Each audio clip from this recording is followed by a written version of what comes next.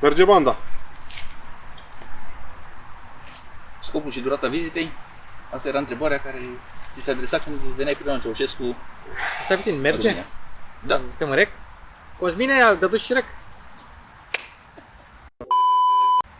Deci la câte am înjurat astăzi popa, vrei să o fac și pe timpul serii și pe tot drumul până spre casă. Așa e. Merge sunetul. Merge Da. sunetul. Adică ne auzim? Da, Da? da. Bine, gata, ok, gata, hai, începeți. Da. Al doilea intro. Nu, rămâne ăla. Nu. La noi nu există intro, nu există regie. Hai, lasă-mă telefonul. Lasă, gata, l-am lăsat aici. Pui cronometru. Nu i-am dat și ăstea rec pe sunet, poate să avem un consunet. Să avem sunet, gata, înțelesăi. Bun. Pe, oricum, cineva trebuie să înceapă și Luci va începe că... Da, trebuie să înceapă cineva pentru că trebuie să vă spunem povestea. Povestea poveștilor. Și moneda nu are două fețe, are trei în cazul nostru. E jumătate de zar. Da. Fiecare început are și un sfârșit. O să înceapă Luci să ne spună povestea atelierului de detailing. Iar noi o vom continua. Apariția noastră va fi în ordine cronologică. Va începe Luci, voi continua eu, va urma Daniel, va urma Luci, va urma Daniel și încheierea voi face eu în ordinea asta. Sau este o ordine cronologică care ei în care noi am apărut și în ordinea în care noi am plecat. Da. Lucian, how all that begin? How are you? Așa. How are you? Asta e de la Craiova și tu o spui la București. Așa, deci prima parte o punem pe canalul meu pe prima parte, da? Ca să știu cum o zic. Păi tu trebuie să spui povestea de la început. Cum a Da, mă, început? o spun, da, prima parte o punem pe canalul meu, da? Ca să știu Pe cum... care canal nu contează. Bine, vreau să spun că atunci când canalul Mașini cu Luci Popa va face 100.000 de abonați și hai să facă mai repede, Niciodată. voi spune cum am avut eu dosar penal și de ce. Ok. Acum hai să revenim la atelierul de detailing. Pentru că atelierul de detailing are o mare legătură cu dosarul meu penal, dar asta e povestea pe care o să o spun înainte. Așa. Atelierul de detailing are legătură cu faptul că noi ne-am întâlnit și ne cunoaștem și am rămas prieteni. Da, dar dacă nu era dosarul meu penal, nu mai exista atelierul de detailing. Și vreau să fac 100.000 de abonați pe Mașini cu Luci Popa ca să vă spun povestea. Bun. Hai, spune! Așa, bun. Cum a început? Cum a început? Deci, eram eu într-o zi în Craiova.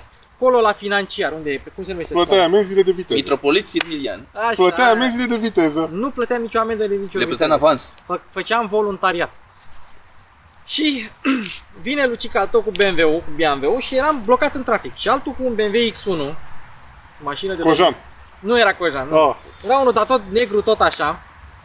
Bă, cu muzica dată în blană, dă cu spatele și claxonez odată, se oprește.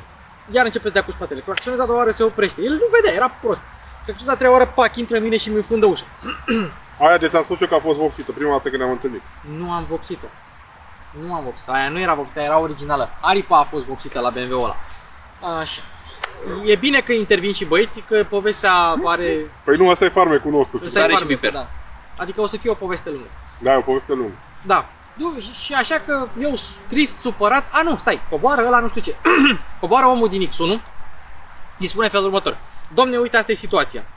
Eu n-am permis, asta nu e mașina mea, mașina n-are asigurare. Adică o situație tipică de la Craiova. Da. O banală tamponare în trafic cu o jumătate dintre craioveni. Și mi-a spus în felul următor: ok, Da, coborâ cu nimic în mână. nu, era alb. Se înalbise când a văzut Da, ce a făcut. Așa. Și vine omul și eu îi spun: ok, perfect, 1000 de lei sau la poliție. Sunt, știi, 1000 de lei, că era 100 de euro revopsitul și îndreptatul. Așa, că mai făcusem la Toyota chestia asta. Și mi-a 1000 de lei. Și restul păstrez eu, știi? Omul că nu, că n-am decât 500, bine, hai la poliție. Nu, hai că-ți dau 1000. Mergem, scoate bani, mi-a dat 1000, whatever. Mă duc eu la serviciu, că n-aveam, după aia mă duc și la serviciu, că n-aveam timp de chestia asta. Am rezolvat-o ulterior. N-aveam timp de asta. Bun. Mă duc eu la serviciu, vorbesc cu niște colegi, vorbesc cu un coleg, bă, uite care e chestia, am și o asta de vopsit, de îndreptat, salutate, bă, cred că merge la poliș, cunosc eu un băiat care face poliș. Știi? Și m-am dus întâi la unul cu ventuze, mi-a îndreptat aia și după aia cu polish, că nu eram fundat pe rău. Și mi-a făcut ușa ca nouă la BMW. Și la cine m-a trimis colegul ăsta al meu la polish? La unul Cosmin Daniel Drăgotescu, Strada Crișului. numărul 11. Exact. Unde scrie acolo mare atelierul de detailing. Nu mi-a luat niciun ban, băia bun, pe chestia asta că era din prieten în prieten. Dar am început să vorbim, ba de una, ba de alta, ba de mașini. Am ieșit la... ce mă? Cuzită cu ața albă. Da. Și începem noi să vorbim. Hai bă să facem ceva cu mașini. Uite, eu lucrez la... Stai să termine râs. Zi. Eu lucrez la ProTV la Super Speed. Hai să facem ceva. Am vrut întâi să facem un site. Eu scriam articole, el își vindea portofelele. După aia nu știu ce am vrut să facem. După aia Te făcea portofele atunci? voia să fac. A, nu făcuse. Nu făcuse. Vrea să căuta o platformă să vândă portofele. Da. OLX-ul nu era bun. Nu era bun, voia ceva, o platformă din asta bărbătească, știi, la care se uite... Bă, mie îmi convenea că era cu mașini. Eu dă-mi mie o mașină și eu îți fac content cu ea. Bun. Așa. După un an, asta a fost în 2017, după un an ne-am hotărât la canal de YouTube.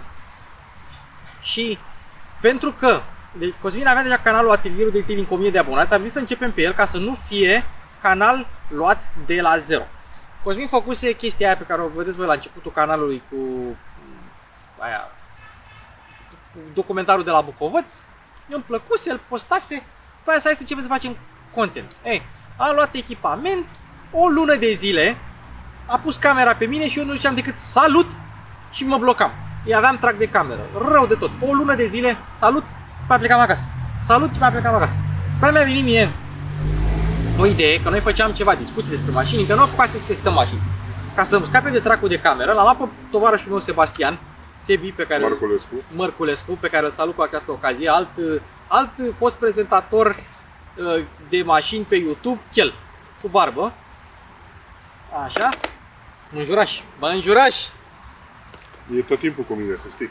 Și ne uitându-mă la cameră, mă uitam la Sebi și ca să mai fac și curaj, dacă vă uitați la acele clipuri, la primele clipuri de pe atelier, o să vedeți că eu aveam 2 beri pe sub scaun. Pentru că eu luam o dușcă înainte ca să-mi fac curaj. Da. Și a doua să continui. Da, și a doua să continui. Am făcut ce am făcut. Nu că am făcut mult, că din iunie 2018 toată luna de mire a durat până în octombrie. În luna octombrie 2018, cei de la Super Speed îmi zic, bă Lucică, ia vino tu la București, îți facem noi emisiune pe canalul nostru, ia, hai știi? Cum a sunat asta să facem noi emisiune? Da mă, da, am avut o emisiune de comparative, bă, am scos Passat versus Arteon 330.000 de vizualizări înainte să mi le șteargă unul din Giurgia sau Bratul de pe canal. Las că ajungem și la capitolul ei. Ajungem, că sunt și intercalați chestia asta. Așa. Toate bune și frumoase. Mamă, să-ți povestesc și faza cu 99 Vehicles, dar să povestesc tot aici, că asta e parte de Asta facem acum, o să dureze o oră, îi mulțumim cameramanului nostru care îl rugăm să ia loc pe bordură sau să centrăm dintre mașini. Fă-și ce vrei. Mai că trebuie să uite din când în când la cameră. Că dar ca să o luăm în ordine cronologică, știi? Păi asta, de asta trebuie totul spus în ordine Ca să o cronologică. luăm în ordine cronologică, bun. Și îți dai seama, era ocazia să mă mut la București, ceea ce eu voiam. Era ocazia să fac și eu mai mulți bani, era ocazia să fac o emisiune pe un canal de YouTube care avea ceva mai multă expunere pentru că atelierul de Și detailing... poate să ajungi la televiziune. Și poate să ajungă, am apărut la ProTV. Știu că a apărut. Bun. Vine Luci Popa al tău la București. Cu Toyota. BMW-ul. Stai, că dacă... Cu BMW-ul, cu ușa polișa. Da. Bun. Dar cu un ochi plângeam și cu un ochi mă bucuram. Mă bucuram că aveam ocazia asta să ajung la București. Pe de o parte, îmi părea rău pentru că, vezi tu, atelierul de detailing, așa a fost vorba între mine și Cosmin la început, să fie jumătate. Dar i-am spus, băi, eu nu mai apar pe atelier, eu te ajut cu scenarii, te ajut cu ce vrei tu, dar nu mai apar. Și am zis lui Cosmin, fă ce vrei cu canalul. Pe jumatea plină, jumatea goală. Da, așa a fost vorba între noi la început. Dar eu plecând și părăsindu-l, i-am pasat lui tot grosul. Știi? Bun, toate bune și frumoase. El zicea că vrea o femeie, o fetiță, o fată, o ceva, care să atragă bărbați pe canal. I-am găsit-o eu pe Carina, de fapt el a găsit-o, dar eu o cunoșteam și am vorbit și am intrat și în discuția asta. Și apoi, nu știu cine, prieten de-al lui Cosmin, parcă a fost ideea, te cunoștea pe tine și a zis că uite, e băiatul ăsta care aduce mașini din Germania și de aici... Nu, aici preia tu. Nu e așa. Nu e așa? Băiatul ăla care m-a dus pe mine prima dată la Cosmin este în spatele camerei acum. Tu ești? Da, Salut! Așa. înțelegi, așa. Da. M-a dus la el cu o lucrare oarecare cu ceva timp în urmă și eu nu știam că atunci voi filmat. Deci era, cred că, vara lui 2018, 2007. Era Nu, 2018. Bun. Noi în atunci Și am apucat. l-aveam pe el pe Facebook și îmi vine din asta, cred că a postat cu voi, cu tine, prin centru Piccolo, printre Car mașini. spotting-ul. Bă, băiatule, și vorbea lui Cipopa și nu urmăream, adică urmăream tot Gear-ul clasic și clasici, nu, Da. cum nu urmăresc nici acum. Clasicul în viață. Ce faci tu? Da. Și zic, bă, ce face copilul ăsta, mă, mâncați, cum poate să vorbească atâta? Și eu am văzut că aveau scule, gimbal, să filma. Nu te urmăream, că nu mă interesa. Până am văzut că a intrat într-o polemică cu niște băieți din Craiova. În fine, nici aia nu m-a interesat, știi? Așa. Și cred că era decembrie 2018 sau ianuarie 2019, nu mai știu. Când nu mai aveai voie să mai apari. Nu, Când? deci nu, eu nu știu. Da, eu n-am mai avut, eu am plecat la Deci tu ai București, plecat, eu nu nu am mai apărat pe atelier, n-am mai avut voie. Eu am văzut. Ca timp, când? În ce lună și câți abonați erau? Bă, nu mai știu, erau vreo 7000 de abonați pe atelier. Ei, eu mi-amintesc că îmi vine în feed, clip cu Carina, celebrul lor clip Țeapă de Crăciun. Deci era Crăciunul lui 2018. Bravo. Era. Țeapă de Crăciun tu ai făcut. Nu, a făcut-o Cosmin. Singur, Ei au făcut. Ei au făcut. Și mi s-a părut, nu interesă, dar foarte vizual, a avut câteva sute de mii de vizualizări. Da, are jumătate de milion acum. Deci atunci a avut multe, știi? Cu buit rău. Și îi scriu lui. Mai vorbisem cu el vreo dată de 2 ori. Zic, bă, nu ai vrea, uite că aș vrea să vin și eu, să faci un episod cu mine, spun și eu ce mai știu despre mașini, cum le cumpărăm, cum nu le cumpărăm. I-am zis, uite, vin și cu drona, vin, filmăm. Și el a zis, hai să încercăm. Și, dintr-o întâmplare, primul clip filmat s-a numit Cum aduce o mașină din Germania. Dar clipul ăla a fost o poveste spusă de mine în fața unei camere, eu gândindu-mă că nu va prinde niciodată, ever. Ever. Ce Ce tânăr mai- erai. Ce mi-a adus aminte. De la ce acest clip urmează. Da, deci nu mi-am aduc aminte de ce am spus. Oricum am consultat cu niște prieteni de-ai mei înainte, am mai întrebat un pic câte o chestie, că nu mai știam exact cum era în momentul ăla legislativ. În fine, am spus și niște greșeli, dar clipul meu a ajuns în trending. A ajuns în Locul trending. 37. Da. O, că am avut și clipuri în trending, nu mai fi așa. Alo, Alo. cu Andy. Da. Da, asta vreau să zic. Cu Andy și cu Super Speed-ul cu ăla cu Passat versus Da, bă, Arteon. da, gata, așa. Bine. Bun. Mă duc să filmarea, nu știu ce, bă, că bubui, că nu știu ce. Și nu mai știu, i-am zis, bă, hai să mai filmăm ceva, știi? Da, hai să ne-am mai întâlnit, chiar am filmat printr-un bar și zice ceva de genul, hai să facem un clip cum contează detailing-ul în vânzarea unei mașini. Adică mă băga pe un teren pe care el îl controla, eu nu îl controla. Adică l-am simțit cumva că vrea să ducă viziunea canalului pe o direcție. Da, gata, facem. Tu ești bossul, e canalul tău. E... Și ăla n-a mai avut același succes, bineînțeles. Dar au mai urmat... Ia uite-te că nu mai știu exact. Zic că mă uit eu. Uite-te în arhivă și spune în primele clip cu ce... Primele ale tale? Da, ale mele, dacă pot, ca să spun, ca să merg. Nu mai mi-aduc, pentru că cred că am 500 de clipuri filmate, zic eu. Eu nu mai mi-aduc aminte. Ai, da. Mulți îmi spun, știi că ai zis în nu știu ce clip, ceva, nu mai mi-aduc aminte în ce clip, o fi spus. Bun. După care mi-aduc aminte că te-am cunoscut pe tine, La Assassino. nu la Assassino, la Cojan, nu era Cojan, nu era cu celălalt prieten al tău barul. La Luf, la Luf. La Luf, dar au venit oamenii ăia de la brand din ăsta de car vertical, cum dracu, nu car vertical. Alta aiureală din asta. Auto-DNA, mă. Așa. Și ăia de la Auto-DNA i-au propus lui Cosmin să-i cumpere canalul. Așa. Hau! Iar eu i-am spus, bă, Cosmin, termină cu chestiile ăștia. În fine, discuția s-a terminat, au filmat ei un episod, au spus ceva. Uite, stai. Deci, țeapa de Crăciun 472.000, Da. țeapă la Autovid licitația asta, nu e așa, știu? Uite-l, mă, 736.000 ăsta al tău. Bun, după aia sunt domnii ăia, vezi că mi-aduc aminte. Da. 200 de, este tot un clip făcut de ei. Uite, cum să cumpere o mașină Și din următorul România. clip îl face, zic, bă, Cosmin, dacă am făcut cum să cumpere o mașină din Germania, hai să facem cum să cumpere o mașină din România. Din România. Ce piese nu cumpărăm niciodată? De la dezmembrări. Cum influențează Așa, detailing-ul? bravo, uite, așa sunt, da? Daună e totală. Totul daună totală, exact, tot de făcut de... Ce verificări trebuie Asta au să... făcut-o domnii ăia clipul ăla. Topul celor mai murdare Da. mașini. Bun. Top 10 cu Carina. Și la care... Ăla ești tu? Da. Exact. Aici, păi stai să vezi, aici mă gândeam, bă, hai să fac. Și am văzut că făcuseră și alți youtuberi clipuri din ăștia top, știi? Da. Și la care mie mi-a venit ideea, bă, zic, hai să fac un top altfel. Ia să fac topul efectiv real, adică selectez pe OLX Da. o sumă de bani și un an de fabricație. Da. Și să vedem ce mașini, ce marcă îmi dă cele mai multe. Am luat-o pe Carina, i-am spus o poezie, Carina a învățat-o și ăla a fost clipul. Câte vizualizări are? 200.000. Bun. Mi-aduc aminte că m-a sunat odată, vină până la mine, că e băiatul ăla de la București, de am mai vorbit cu el sau ceva de genul ăsta, să facem un clip cu el Da. pe WhatsApp. Da. Nu așa a fost. Da, și spune povestea cum Și a aici fost. continui tu. Ne-am întâlnit la poartă, am pornit telefonul meu pe WhatsApp în discuție cu tine și de aici preiei legătura. București 2019, luna februarie, văd clipul cu tine cum să aduce o mașină în Germania. Și automat am vrut să-l completez, am căutat un număr de telefon, nu îl găseam, de fapt prima am căutat pe, nu aveam Facebook la momentul respectiv. Eu ți-am spus să-ți fac. Exact. Și n-am vrut multă vreme, dar mi-am făcut în pandemie ca să putem să facem live-urile. Am căutat totuși un număr de telefon în Craiova care să fie legat cumva de atelierul de detailing și la un moment dat îl tastez în telefon și mi-apare că era salvat în telefonul meu sub numele unei societăți comerciale. În experiența mea profesională am fost consilier juridic și la Direcția Muncii în județul Dolj, în Craiova, vreo 5 ani de zile și am avut contact cu mai multe societăți comerciale. Și am sunat la numărul de telefon, a răspuns stimabilul domn Drăgotescu, m-am recomandat, am spus cine sunt, am spus în ce, Da. pentru ce îl caut. Vorbește la cameră că tu vorbești încet.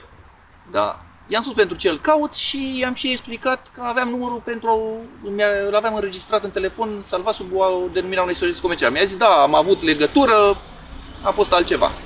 Și i-am explicat frumos că sunt câteva detalii pe care aș dori să le spun și dacă e să pot să comentez sau să facem, să-i dau scris și să completez el. El a zis, nu, că facem un live, vorbesc cu Mihai. Și eu spun, eu nu vreau să apar, nu, că o să fii mic acolo într-un colț și într-o jumătate Era dor de mine, o să fii mic acolo într-un curț, era dor de mine. și într-o jumătate de oră 45 minute m-a sunat, gata, facem pe WhatsApp. Deci, asta, acum facem o iară o trecere. În tot acești 2 ani jumate, dacă mie îmi suna telefonul și zicea Cosmin, Mihai, poți să vii să filmăm? Eu n-am zis niciodată nu. Niciodată. Că ploua, că era vară, că era iarnă.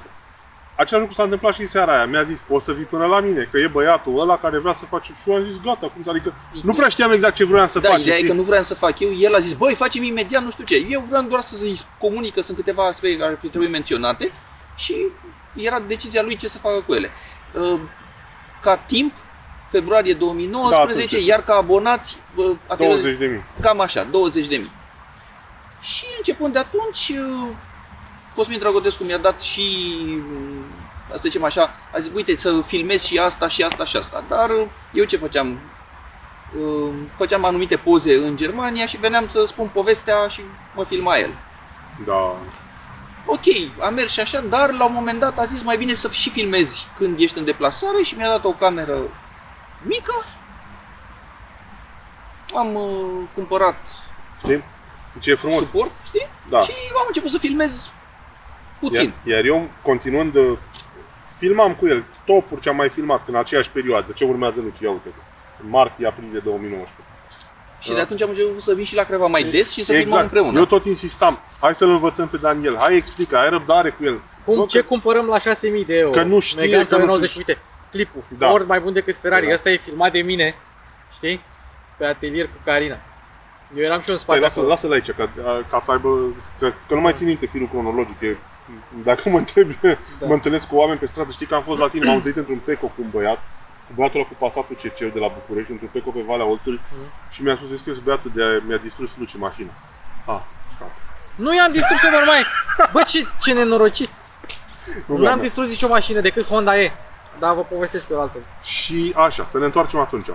Și eu tot insistam, bă, dar e bine, Daniel, hai să lasă că poate se descurcă, că nu știe să filmeze, că nu contează, dar eu simțeam că e un gen de conținut care nu-l făcea nimeni. Că nu se duce nimeni cu camera prin Germania sau prin alte țări, pe unde te-ai dus tu, atât cât puteai și cu tehnologia care o aveai, să filmezi ce faci. Între timp noi continuam la Craiova. Am continuat niște topuri. Da, asta, uite. Top 10 cele mai SUV-uri. Alternativă la, nu știu ce, mașină de 1500 de euro. Cele Exact. mai bune tehnologii. De ce să nu-ți iei Sandero? În fine. Și îmi vine în feed-ul de la Facebook, cu câțiva ani în urmă, deci cred că în 2017, pusesem cu o echipă de la Digi la Nea Valerica acasă. Asta era martie 2019. Nea Valerica nu mai este astăzi între noi. Și îi zic lui Cosmin: bă, Cosmin, eu am fost cu ei. Ce zici, nu mergem? Că omul e pasionat de mașini, are Mercedes-urile. Da. Până la urmă ne-am urnit cu chiu cu vai, am mers. Și au ieșit iară niște episoade Da. senzații. Nu în vremea asta am făcut și live cu tine prima Ba dată. da, uite, Q&A din Mondeo. Venea Luci la Craiova și mai dădeam câte o tură seara cu mașina și făceam live. Că el nu putea să apară. Dar puteam să mă aud. Puteai să te auzi. Da. Și o să ajungem și la poveștile cu masca, că e interesantă. Și am făcut prima mașină la Cosmin în curte. Skoda Karoq. Skoda Kamiq sau Karoq. Karoq, mă. Eu aici, înainte, mă duceam pe la el de 2-3 ori pe săptămână, știi? Și i-am zis, mă ziceam ce să mai filmăm. Și i-am zis o chestie, zice, bă, Cosmin, haideți să filmăm, uite mașinile astea care îți vin pe la tine, să filmăm mașini obișnuite. Pentru că n-a mai făcut-o nimeni pe YouTube-ul românesc. Oamenilor le plac supercarurile, le plac noutățile, le plac extravaganțe, dar eu i-am zis, hai să facem asta, să vedem dacă prinde. N-a vrut prea mult, adică la început a fost așa că cârcă, până la urmă a intrat în jocul ăsta. Da. Și după ce am filmat, a venit Bogdan și ne-a explicat cum a cumpărat mașina din Germania, Seat-ul ăla. Mi-a picat fisa. Bă, Cosmin, cu ce să începem? Și i-am zis, că nu putem să începem decât cu un Passat. Da. Că Passatul e din sufletul românilor. Și un prieten de-al meu tocmai și luase un B8 nou în 2019, ăsta care apare aici. Da. Nu știam nimic despre el. Decât că e un Passat. Nu știam ce înseamnă tehnologia de oprit cilindri, că nu mă interesează nici acum. Da. Foarte multe din clipurile astea sunt cu greșeli tehnice. Mi le recunosc și mi le asum. Nu am studiat, nu am citit despre ele, pur și simplu aia era mașina, aia o făceam. Și prinde la el în curte un Hyundai Santa Fe Da. cu 400.000 de kilometri. Da. Ce noroc. Hai să-l filmăm, hai, am fugit, dă-i. Aici am urmat niște prezentări trimise Elveția. din Elveția. Din Elveția, da. Și vine Daniel, primul clip al lui Daniel, filmat așa cum s-a putut și cum a știut el. Daniel, Rupe. Eram în Germania, am cumpărat, l-am ajutat pe fostul meu coleg de birou și pe o rudă a lui. Am făcut mai mult poze, dar am explicat toată procedura în clip. Inițial nu a prins, totuși numărul de abonați începuse să crească. creștea bine. Bine. De la săptămână la săptămână, de la lună la lună se simțea. Aici deplasarea a avut loc în martie 2019, clipul a apărut probabil în aprilie, cred eu. Da, suntem în aprilie-mai 2019. Da, în aprilie. Și am mai discutat cu Cosmin, a spus, eu mai am ceva arhivă și mai am și fotografii și documente și putem să mai povestim din arhiva personală câteva mașini interesante. Și am mai filmat câteva clipuri în acest mod. Până când, în luna iulie 2019, a fost un clip filmat efectiv în Germania și îi aduceam cardul Da, mi-aduc. și îl descărca. Țin minte, condusesem toată noaptea și am venit, a fost o Mazda 3, cutie manuală, 1.6 benzină, 105 cai, foarte frumoasă, un sedan. În timp ce tu erai plecat și noi continuam la Craiova. Da. Mi-a picat fisa cu un vecin de-al meu, Neanicu, săracul, care nici el nu mai este astăzi, nu mai este. Vulcanizator 50 de ani, tot felul de povești cu lumea auto și a zis, băi, ia, hai să-l filmăm. Și am filmat și cu Neanicu 2 clipuri, care și le-au prins. Da. Feedback-ul a fost incredibil de pozitiv. Tot, Și ca să continuăm, am mai filmat Passatul meu. da. Passatul meu, bătrân și obosit. Asta a fost primul episod cu ce probleme are. Exact. Pentru că mașina avea 300.000 de kilometri, o cunoșteam fiind mașina mea. Câte vizualizări are popa? 453.000. Săraca mașină merge și acum. Unde? În România. Foarte bine. Cu chestia asta, crescând abonații, a venit un flux de oameni cu vibe interesați de ce făceam noi. Da. Băiatul ăsta care e tinichigiu de restaurează Daci, care a fost iar o incredibil. Și am mai muncit la mașina aia să o filmăm. Dă-i cu drona, dă-i cu fugi după ea, dă-i înainte, dă-i înapoi. Uite, Mazda. Bun, și apare clipul cu Daniel cu Mazda. Uite-mă pe mine. Da. Question, Q&A de weekend. eu filmând BMW-ul tău, tu nu puteai, Da, tu nu da, eram puteai în să spatele, la da. poartă. Deci sunt zeci de episoade filmate la poartă, pe strada Crișului, printre mașini, printre oameni care treceau. Adică în cel mai mizerabil setup, nu știu cum pot să-i spun, adică bă, Dar uite și tu câte vizualizări a făcut BMW-ul meu, ești nebun la cap. 161.000. Mi-e dor de mașina aia.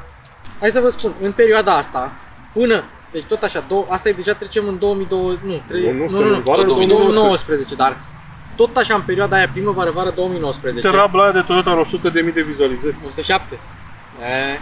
Și mai are 50.000. Stai, o țără. Așa, stai să vă povestesc faza. Tot în perioada asta, până Da, spune, că acum e în important. toamna lui 2000.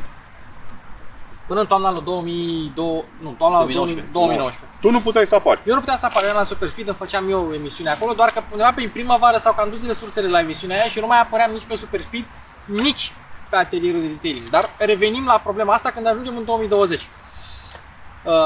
Tot în perioada aia, undeva început de 2019 până în toamnă 2019, nu mai țin minte exact așa, ați făcut voi un clip, nu știu ce, sau Cosmin a zis când filmați voi o mașină, zicea de alți youtuberi care se vând și o fac pentru bani și dracu și colac. Și un anume Vâlcean s-a simțit.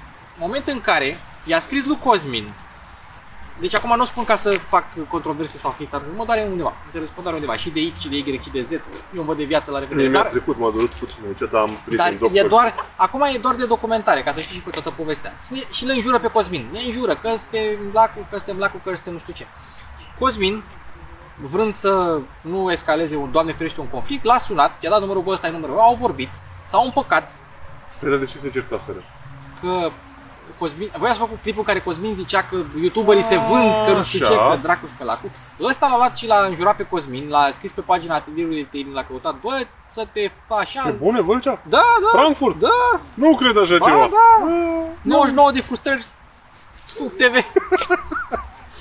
Deci fii atent, asta e un pamflet, adică nu atacăm pe nimeni aici, da, să fie clar. Așa, rămâne între noi, ca băieții, așa, nu? Nu, că unii sunt fetițe. Da, mă, da. Iar se pun pe plâns, la secția de poliție. Bă, cine nu știe să înțeleagă o glumă, da. Face plângere la poliție. Măsai femeie ca lumea, înțelegi? Așa. Deci cine se supără, măsai așa să... Și ne supărăm. Bun. Pe mine m-a deranjat puțin chestia asta. Că nu ți-a luat partea. Cine să mă ia partea? Nu. Cosmin eu nu aveam nicio treabă, eu eram la Super Speed, mă duream în cur.